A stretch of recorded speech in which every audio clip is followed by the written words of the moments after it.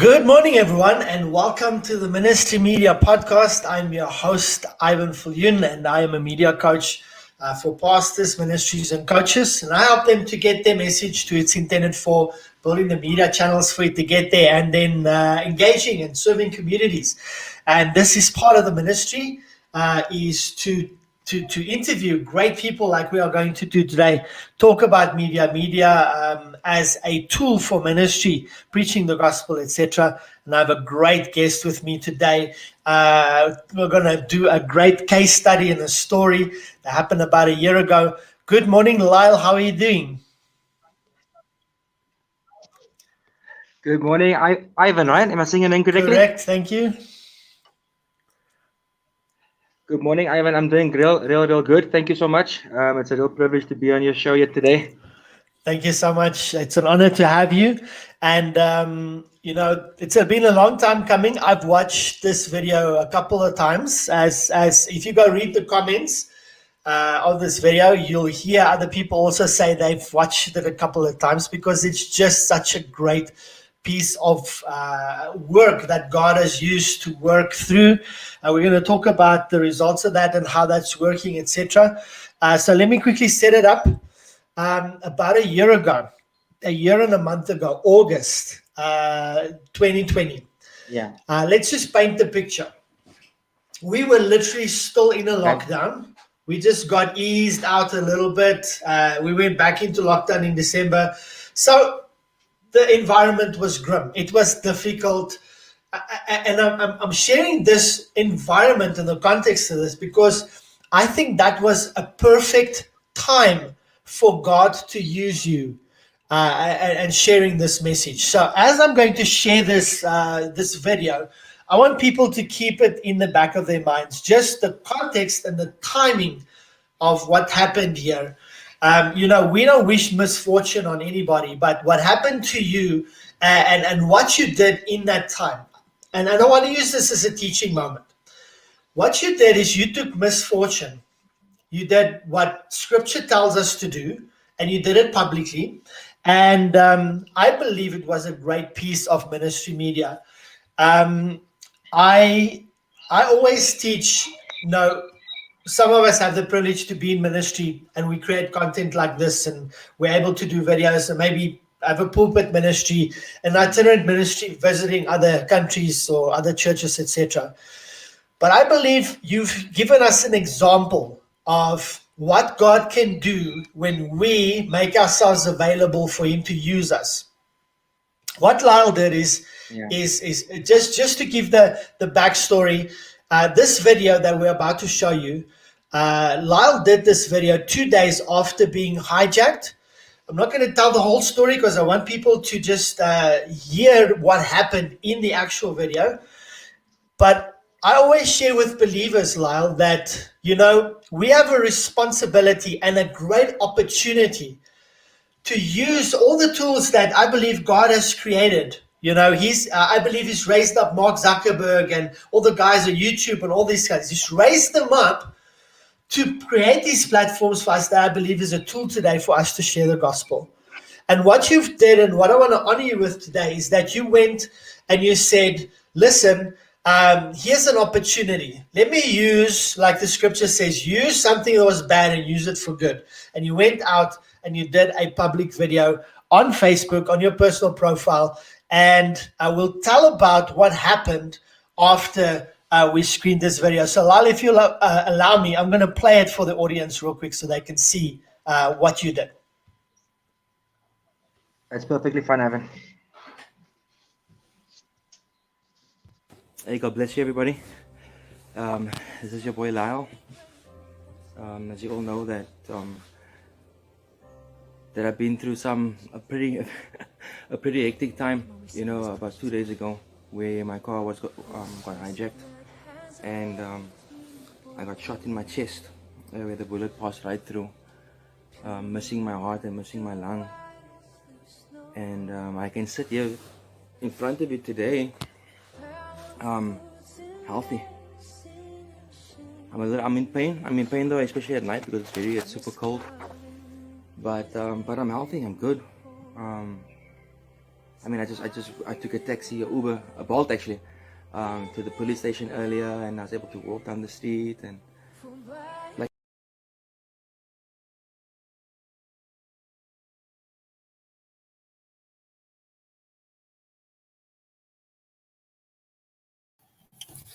All right, just give me a chance. We've got some technical challenges here, so we're going to try and just replay that from the beginning.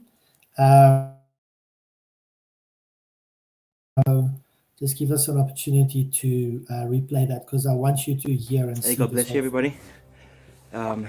This is your boy Lyle. As you all know that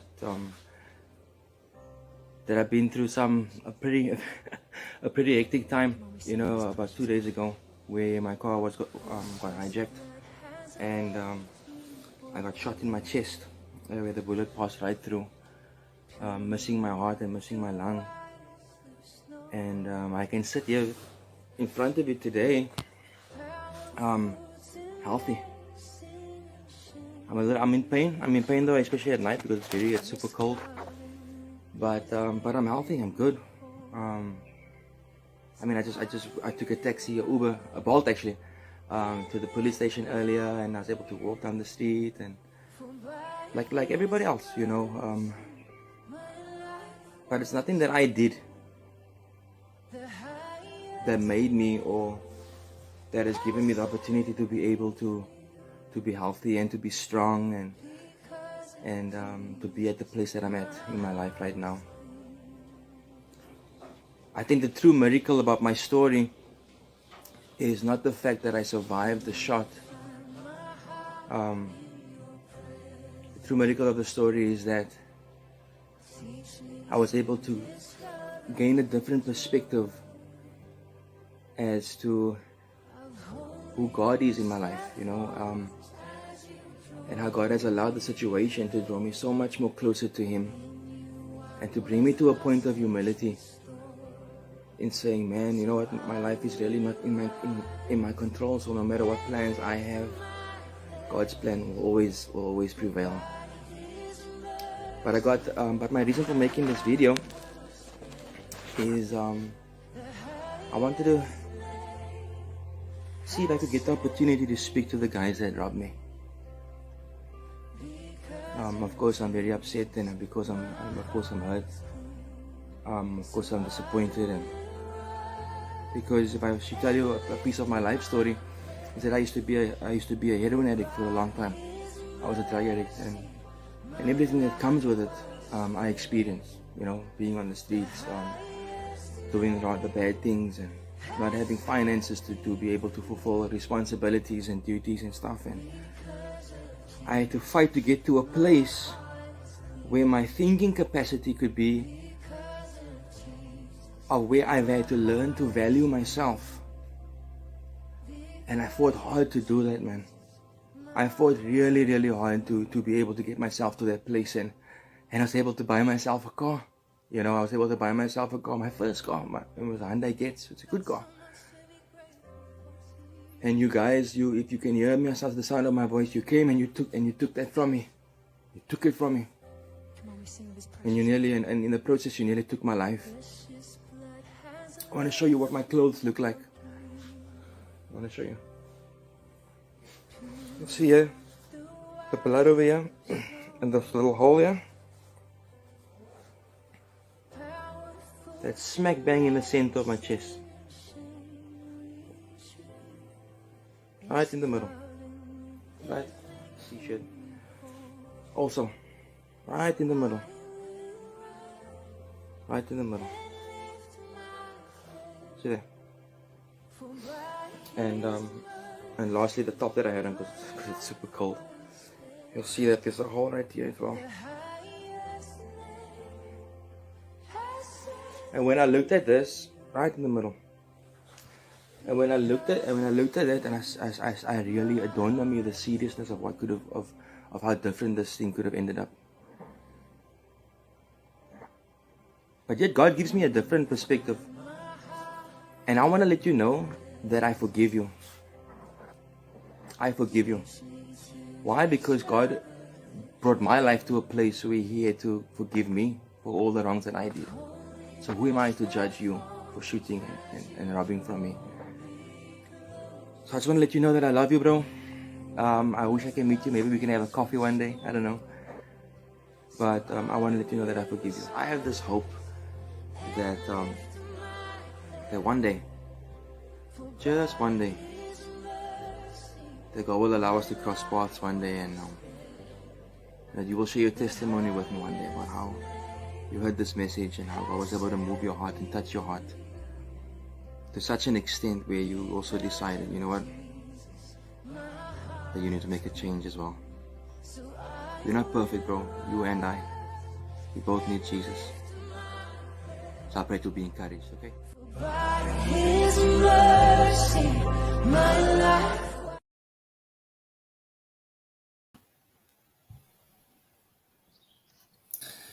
Right, so that's what happened. There's lots to talk about. What's the result of this? We had, Lyle, you had just under 600,000 views to date, 2,300 comments, and 16,000 shares. That's phenomenal. Looking back at that video today, what are you thinking about? What are your thoughts as you're watching that again and you're thinking back on that video, that experience, and just the testimony that you shared? Well, Ivan, I'm at a loss for words. I haven't actually seen the video in a long time. It's been, I think, just over a year now since my incident, and it just brought I just brought a tear to my eye, man. To be honest with you, and how easily we take advantage of the grace of God, and I thank you guys. Honestly, I don't know what to say. I honestly don't know what to say, man. It's just God is so good. God has been good, and He will forever stay good. He's a faithful God, and I'm just happy that I had the chance to tell my story once again. Awesome.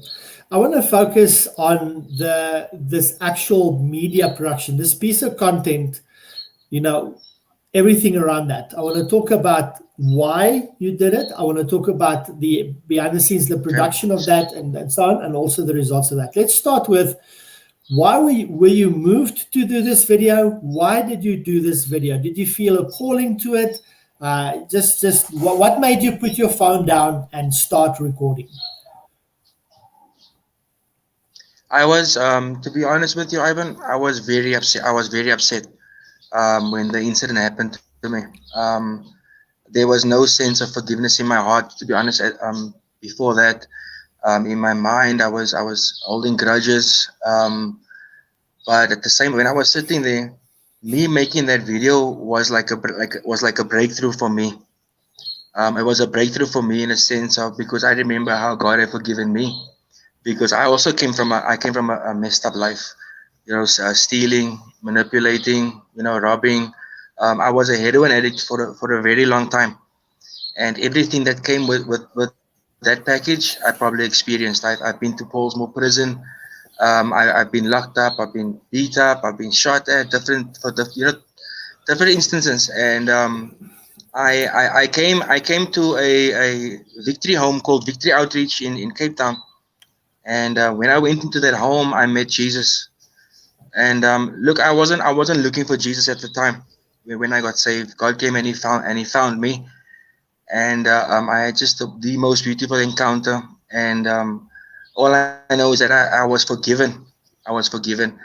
And I've been living my life, trying my best to set that same example. And that's what led me to do the video. Okay. I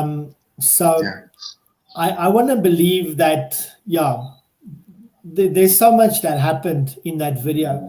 I want to believe that you just felt, listen, number one, I want to make this video because I want people to know about me. I want to use it as opportunity to just forgive the people. Hope that I can hear in the video, you said, I hope you see this. I hope we meet one day, etc. And so an opportunity just for you to connect with people. But what I've picked up was there's a very interesting structure to this video, and I don't know if you planned it like that. No. but your structure, you went, you opened up, you said, this is what happened. I'm angry, but you brought a couple of elements in. You told the story. Then you share your testimony, like your past, and the reason why I'm doing this is because what happened to me. That's why I am moved to do this forgiveness, if you will, and just all that. Did you plan the structure of this video, or did you just speak from your heart? It just flowed naturally. I honestly, Ivan, I never planned it at all. It was never my intention for the video to go viral or anything like that. I just wanted to. I needed a breakthrough in my personal life because I just lost everything that I owned. I was a freelance graphic designer at the time. I had a laptop and my car, and that was my work. I went to go see clients with my car, and I did my designs with my laptop, and I lost both at the same time. And thinking about everything, like I said before, it upset me. It upset me, and I was very saddened. I felt very depressed. But I knew that because what it means to my father, my late father, he passed away about 2 years ago. He always taught me. He says, "Lyle, to be able to forgive means to give again." It never made sense to me until that moment. It just means, he said, "Lyle, to be able to forgive someone, it means to give again." And because my life was given back to me, Ivan, I just felt it was fitting for me to do the same. And my true and honest aim was for my hijackers to hear that message. And what a story that would have been. Much 100 times better than my story if my hijacker could have heard my story and today he's a born again Christian just like I am. That story would have been amazing. Would have been amazing. So that was my intention.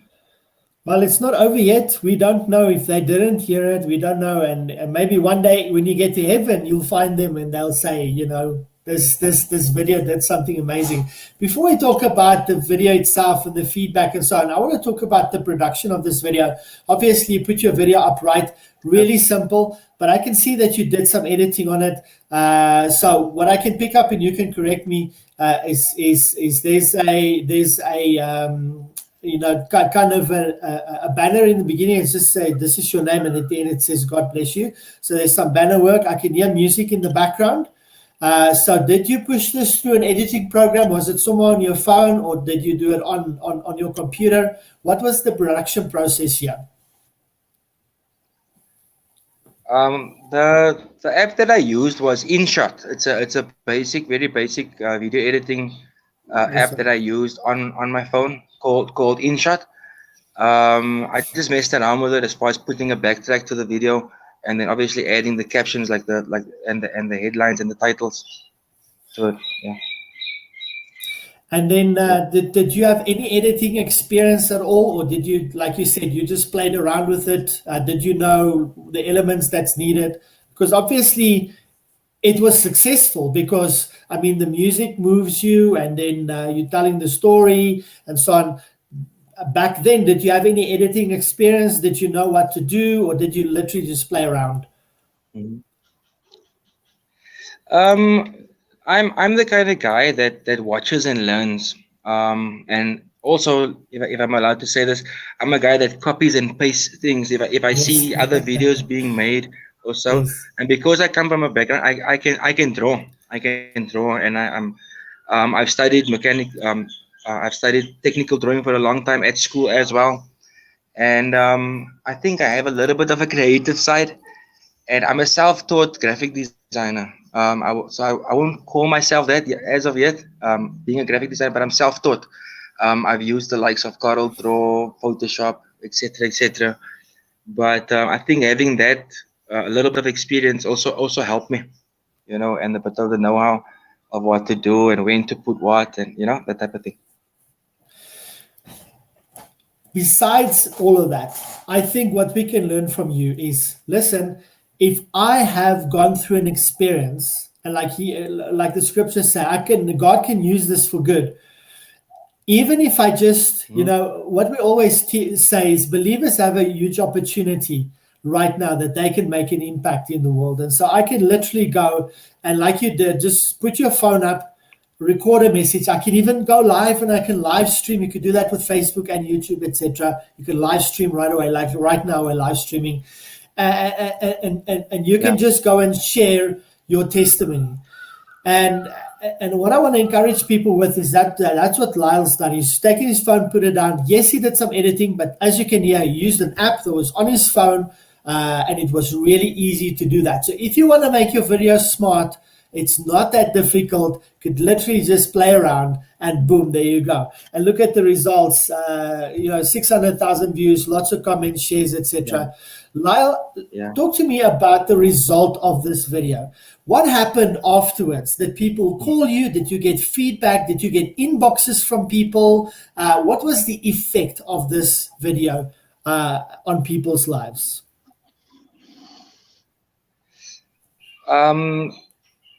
I wanna humbly say that I think it made a huge impact on so many people's lives. I've received hundreds of messages, inboxes from people, message requests on Facebook, people that were wanting to connect with me.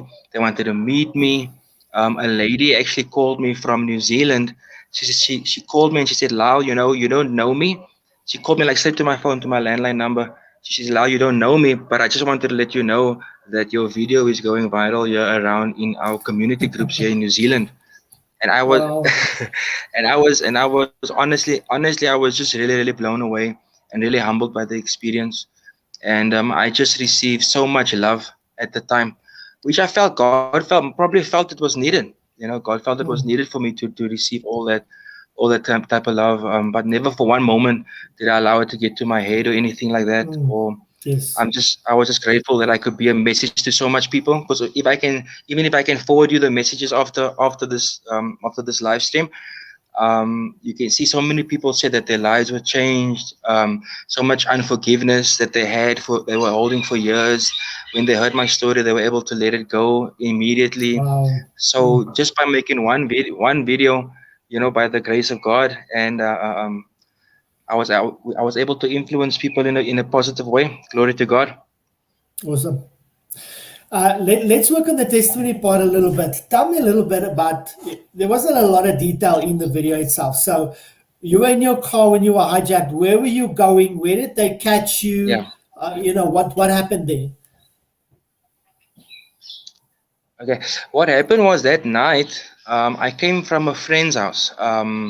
They are a couple, married couple, a Christian couple. They invited me for supper, and I went to their place, had supper.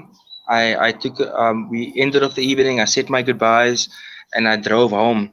So I honestly used to have a bad habit of buying myself a Coke before I go sleep at night. It was a bad. I don't have that habit anymore though. So I stopped at the store, which is like right around the corner from my house, and I stopped at the store, bought the Coke, sat in my car, and then I text this couple friends of mine, and I said, "Look, thank you for the night. God bless you. May the Lord be with you." As I was texting them, thanking them for the evening, so my window was down on the side of my car because I get very claustrophobic. Where the rain shines, I always keep the window open a little bit. But my window this time was right down, and somebody came and tried to grab my key of my car. Immediately, I thought it was one of my friends, like somebody that's playing a prank on me because I live in the area. So when I looked at the person through the driver's side window. I realized that I didn't recognize him, and that's when I immediately knew that I was being robbed. I grabbed the gentleman's arm with my left hand, and then I punched him through the window, like through the open window. Just like, I don't know, like a self-defense move. I punched him and he dropped, but I kept his hand. But then what happened was, I heard another gentleman shout at me in a deep voice, like, "Hey, hey!" And I looked, and he was knocking with the gun on the window. When I seen him, he took a shot at me. He took a shot at me, and miraculously that shot missed me. But what happened was is that I jumped out of the car. I closed the door and I hid behind the driver's side door to hide from him because he was on the passenger side. But now this guy they tried to grab my key, because I'm realizing, hey, it's two guys. So this guy, what he happens, I'm kneeling down and I'm looking up at him, and I'm telling him, hey bro, don't do this, man. Like, don't do this. And he's young. He looks like he could be about like 19 years old, and he's young. So I'm like, brother, don't do this, man, whatever. And then what he does is he takes out a gun out of the side of his jacket, a denim jacket he had on, and he aims it straight at my head. So I asked him again. I said, bro, please, man, don't do this. I can see on your face you don't want to do this. And then I remember the last thing I remember him biting his lips. You know, het 'n bietjie plak vasgemaak. So I could see that this guy's gonna shoot me in my head. And the Lord quickened me, and I jumped up and I grabbed the gun. And when I brought it down, the shot went off, and that's when the shot went through the middle of my chest, which I didn't know at the time because I didn't feel anything. I fought with the guy a little bit. His gun fell. I kicked his gun. The other guy, and then when he fell, I ducked and I went around the car. So then the guy came around. The other guy came around the car. I surprised him, and I hit him as well. And he fell. And when I ran to the store where I bought the Coke. And the owner of the shop closed the door. So now I'm in a driveway. Like one of these Bangladeshi shops. So now I'm standing in the driveway with the door closed, and I have nowhere to go. And these guys come with their guns, and they stand on the edge of the pavement, both with their guns drawn to me. So immediately in my mind, I'm thinking, "Lal, you know what? This is it. Like, they're gonna finish you off." And I was praying so fast, like the sinner's prayer. I wasn't care. I didn't care about my car. I didn't care, but I was scared. I was scared. I'm not scared. I'm not a scared person. I'm not really scared of anybody, honestly. But at that night, I was extremely scared, and I remember praying so fast. I said, God, please forgive me for my sins. Lord, if I die now, I want to be with you. That type of thing. I wasn't really my car wasn't my concern. The only thing that mattered to me at that point was whether or not I was going to make it to heaven if I died that night or not. But miraculously, they never took a shot at me. I just covered my head like this. I remember covering. When I took a peep, I just seen them run around the corner, the wall. I heard my car start, and they took off with my car. I never ever seen my car again. Sure. That's amazing, Lyle. And then when did you realize that you had a shot through your chest, and did you go to the hospital? What happened? When they left, I felt this burning sensation towards the back of at the back of me, towards the side. So I felt, and I looked under my arm, and I saw there was a lot of blood there, and it was warm. So what I did was, I don't know, my mind, my instinct, my copy and paste instinct I saw from the movies, the guys normally put their fingers in the hole. So I tried to put some pressure on it. The security of the area came, and they took me to the emergency room. I got in, and I was fine. I wasn't lightheaded or anything like that. I walked into the emergency as well. And I put up my hand. I made an announcement. I said, "Excuse me, everybody. I think I just got shot in my chest. Is there anybody that can help me?" And they laughed at me. All the nurses, they laughed at me. So then I looked around, and I saw one lady which I identified, which I thought to myself, maybe she looks like a doctor. So then I went to her. I took her by the hand, and I got into the bed, and I took my top off because I wanted her to see it. So I told her, "Look." So when I looked, and she looked at the same time, I seen this clean hole, not even bleeding, just this clean hole in the middle of my chest. Wow. And I looked at her, and she looked at me, and both of our eyes went big at the same time. And everybody just started running, getting me on drips. They got the ultrasound, like the X-ray that they use for the pregnant woman to check the trajectory. They noticed that my lung was collapsed at the time. But I told them, this is the funny part of the story. I was laying on the bed, and I'm talking to them, right? I'm talking to everybody. I'm like, "Don't worry, I'm gonna be okay," whatever. And the people and they panicking. They panicking more than me. So then the lady says, she says, "Lal, your lung is collapsed." So I'm like, "Nah, it can't be. It can't be." And then she argues with me, and she gets mad at me, and she says, "Lal," she says, "I'm the doctor." She says, "How much medical years experience do you have?" So I said, "But I don't feel like somebody that's lung that's collapsed." I told them, "Can you guys look again?" And when they looked again, my lung was perfectly fine.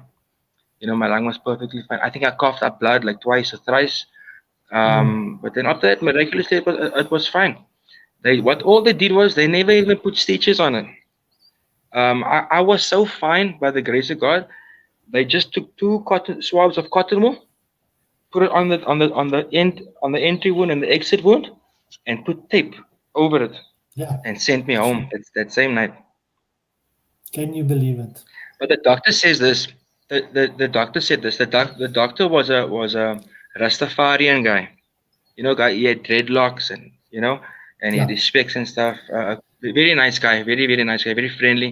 He looked at me from a distance with his arms folded, and he was shaking his head the whole time. And I asked him, what's wrong? He says, do you know the miracle that you experienced? I said, no. He says, do you know that bullet was going straight for your heart, and at the last minute it turned away, missing your heart and your lung. It's just because they can Wow. see the trajectory of the bullet with the ultrasound. So he says he believes in a different God, I guess, respectfully. But he says it was as if God Himself took His hand and redirected the Yes. bullet from my heart Crazy. at point blank range. That's nuts, dude. Okay, so what was your recovery like? How long did you take to recover? Do you still feel it there? I'm assuming it's like a point of remembrance for you. Yeah. I mean, for the first week or two, it felt just like like if you get a bruise, like if you hit yourself really hard. I don't know if you played cricket before in your life, when somebody bowls you against your Yeah, inner thigh with a yeah, cricket yeah. ball. That sting that stays there for a long. I just felt like somebody hit me with a hammer in my chest, and that pain was there for like a week or two. But I never had Oh, no complications with breathing or nothing like that. I mean, remember, I just lost my car. I had to travel everywhere. I had to go see the detectives, walk long distances, and I was fine. I was sure. really really fine as far as physically. Now, if you speak about recovery as far as emotionally, I went Mm, I went through hell, Alvin, Ivan. Even after mm, forgiving those guys, yeah, the trauma of cars just pulling up next to me and standing, just stopping all of a sudden next to me and stuff. Sometimes I would run. I would be fearful. I had a lot of paranoia. I became really depressed because that was my only source of income, and I had no money anymore. I couldn't do my business stuff that I wanted to do, and I was really really struggling. And I became very very very very depressed. To be honest with you, nobody knows the side of the story. I didn't post this. I didn't make this video. yeah. But I even became so depressed that I wanted to even commit suicide because I Mm, felt I had no reason to live anymore. yeah. And miraculously, God rescued me from that as well. And today, I'm in Johannesburg. I'm serving in the ministry full time on a full time voluntary basis. Okay. So I Wow. work full time for God, doing what I love to do, and that is media.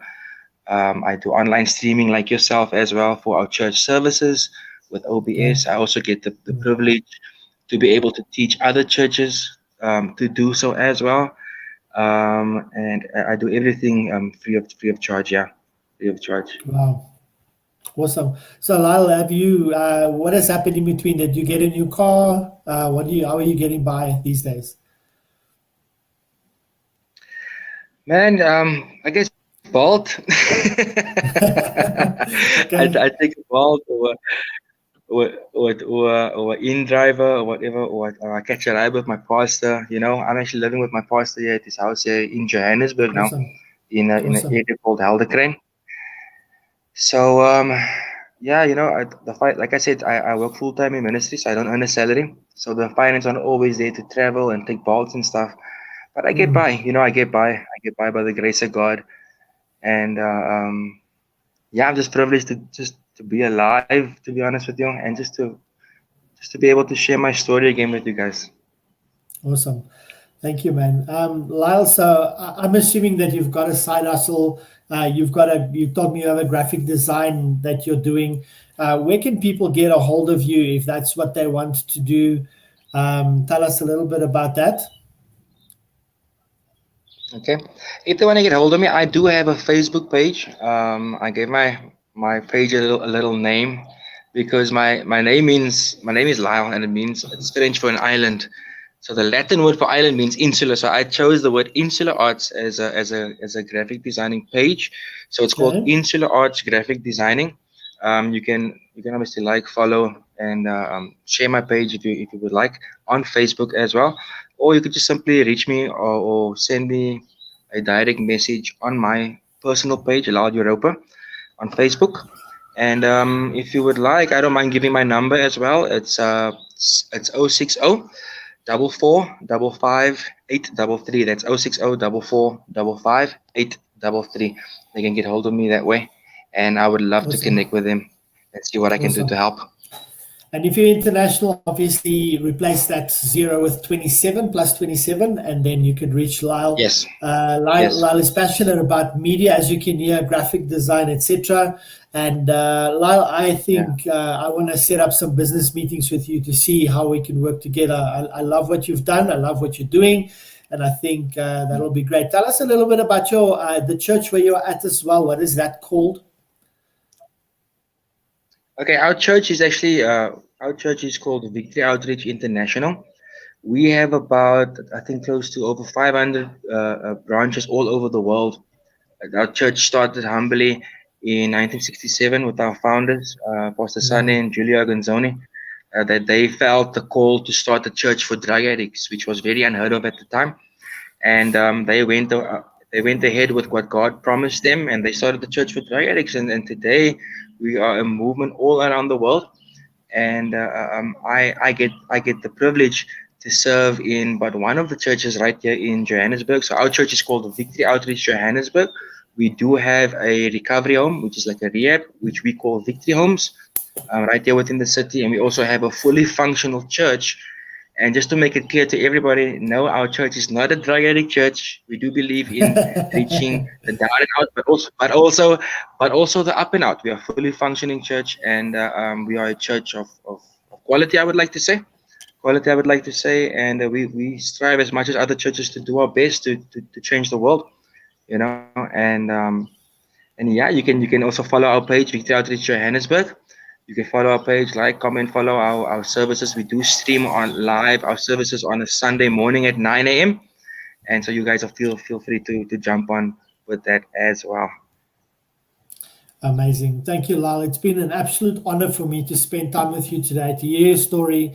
I wanted to use this opportunity to inspire people to also share their stories. Maybe you've gone through personal trauma. Maybe there's a miracle that happened. Maybe you were healed by cancer. Maybe something happened in your life. Maybe, there's always a testimony if we want to go and find it. And so I think you set a good example for us. Definitely an example and a case study for me where I can teach not just churches, but individuals, believers, and say, look at what Lyle has done and look at what God has done through his obedience and sharing, just using it as opportunity to give God glory and to share his experience, etc. So thank you so much. We're going to use your example and this story to teach people to be bold and to say, use technology, use what you've got. And, God can anoint and use that for many, many, many different things. So thank you, Lyle, for your obedience. Thank you for making time for me today, for being on my show. I think it's going to really touch people and inspire people. And I'll contact you later. We definitely need to connect and talk about how we can possibly work together. I would love that. Ivan. And thank you again for the privilege. Thank you to everybody that's listening and I can hear the sound of my voice. Remember, God loves you. If you are going through a tough time, just remember that God has not forgotten about you, and you'll see you through the season. He'll see you through the season. Just stay strong, stay close to the Lord, and God bless. And thank you, Ivan. God bless you, man. Thank you for the privilege to be on your show. Thank you, Lyle. And so for everybody that's listening right now and people that are connecting and listening to the broadcast, you're welcome to go to ministrymediamastery.net if you want to learn more how you can be equipped, how we can help you and train you and using media in your ministry or your personal life. Go to Ministry Media Mastery on YouTube or Facebook. Also, you can go and subscribe to our channel for more great interviews like this and other content that we're developing. We're doing lots of training and classes on Facebook. Go and like our page. And then also my personal podcast platform, Go on SoundCloud/Ivan Viljoen, and just go and follow there, and then you can get live updates as soon as we release great podcasts like we've done today.